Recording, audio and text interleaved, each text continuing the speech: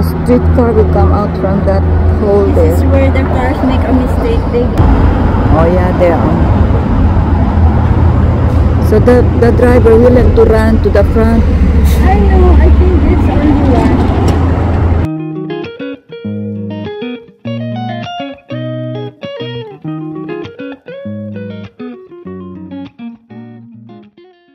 Ayan ang aming masasakyan. Here comes the streetcar. Hi guys! Ito ang Chinatown dito sa Spadina. Dito ito sa downtown Toronto. And today is a Red Dress Day in remembrance for the missing and murdered Indigenous women in Canada. So dito makikita yung mga pulang damit na nakasabit sa mga sanga ng puno. Dito ito sa Chinatown. Ang Spadina ay part ng historical town ng Toronto, yung old town ng Toronto.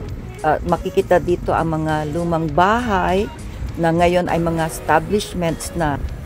Dahil may thrift store din pala sila dito, naisipan namin silipin at tignan at baka may maganda kaming makita. So ito yung nakita ko dito na talagang very attractive. Isang orange na tutu. So ang ganda para sa ballet. Ayan. O, diba? May mga historical landmarks na makikita dito sa Spadina or Chinatown na pinupuntahan ng mga tourists. So maraming mga tourists na pupunta dito para mamili ng mga souvenir items. Mura ang mga souvenir items gaya ng mga shirts, ref magnets, at kung ano-ano pa. Dahil magtatanghali na, naisipan namin na puntahan ang isang Korean resto dito sa Chinatown. Ito ang Don Katsu. First time namin sa resto na ito. Maraming mapagpipilian na pagkain sa menu nila. Pero ang pinili namin ay ang best seller nila. So ito yung kanilang interior. At ang napili namin na i-order ay ang brown katsu at ang cheese stick katsu. So ayan ang menu nila dito sa Don Katsu, brown Don Katsu. So nagulat kami sa laki ng serving nila at talagang masarap siya. Ayan yung cheese stick katsu nila. O diba ang dami. Tapos yung akin namang order ay ang very crispy na brown katsu. So sa sobrang laki, di namin maubos ang pagkain. So inano namin, pinabalot namin yung natirang pagkain.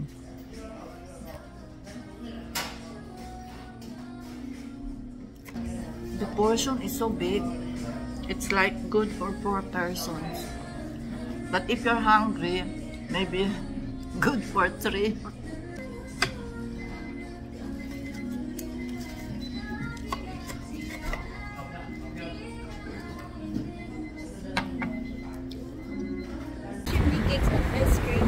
Oh! Oh! Chimney cake in Budapest.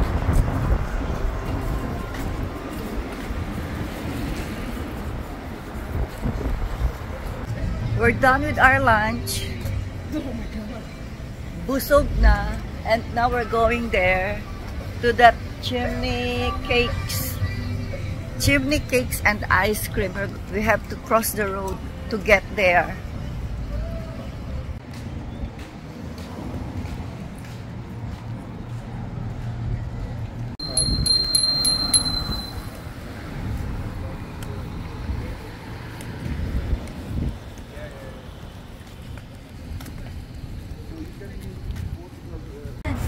Nandito kami ngayon sa Eva's Original kung saan makikita yung mga chimney bread or chimney cakes na benta nila. So, ayan, ito yung loob at mag-order kami ng ice cream on a chimney bread. Ang dami nilang mga ano, kung ano-anong, ayan, choices. which really reminds me of Budapest, kasi sa Budapest talaga kung saan-saan lang makikita yung mga chimney cake stores nila. So ayan, meron na silang Dubai chocolate, pero syempre iwas tamis, so yung simpleng ano lang na chimney cake or chimney bread ice cream ang pinili namin. So parang ang sarap nitong Dubai chocolate.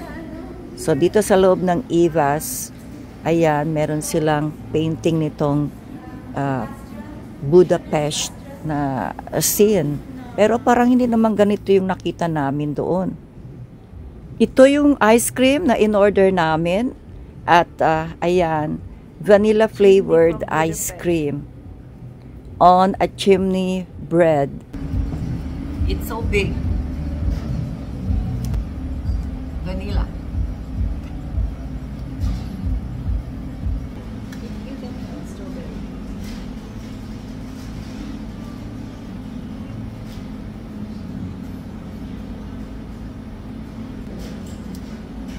Strawberry.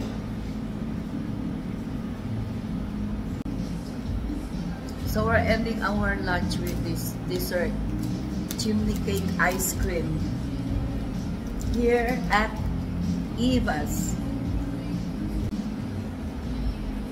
Punong-puno siya hanggang sa pinakadulo.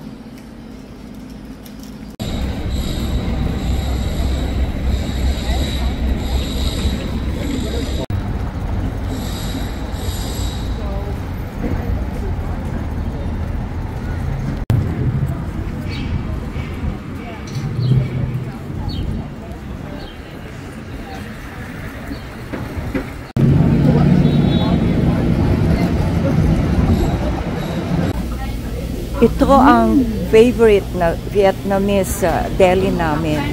Ang dami nilang benta dito ng mga Vietnamese na kakanin, pero ang pinaka-favorite namin ay yung kanilang sandwiches. Ito, ayan, masarap yung kanilang barbecue na sandwich. I think it's chicken barbecue, pero meron din silang pork na barbecue. So ayan yung mga benta nila. So nakabili kami ng ilan para iuwi pang merienda at pang hapunan na din namin.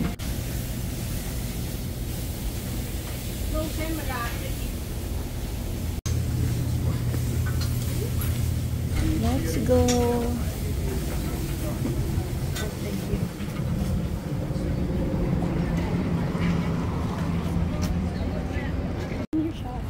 Oh.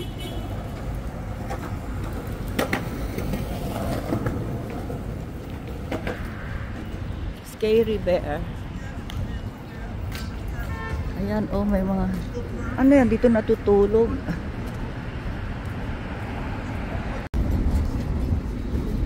Maybe they have ano here, sombrero na.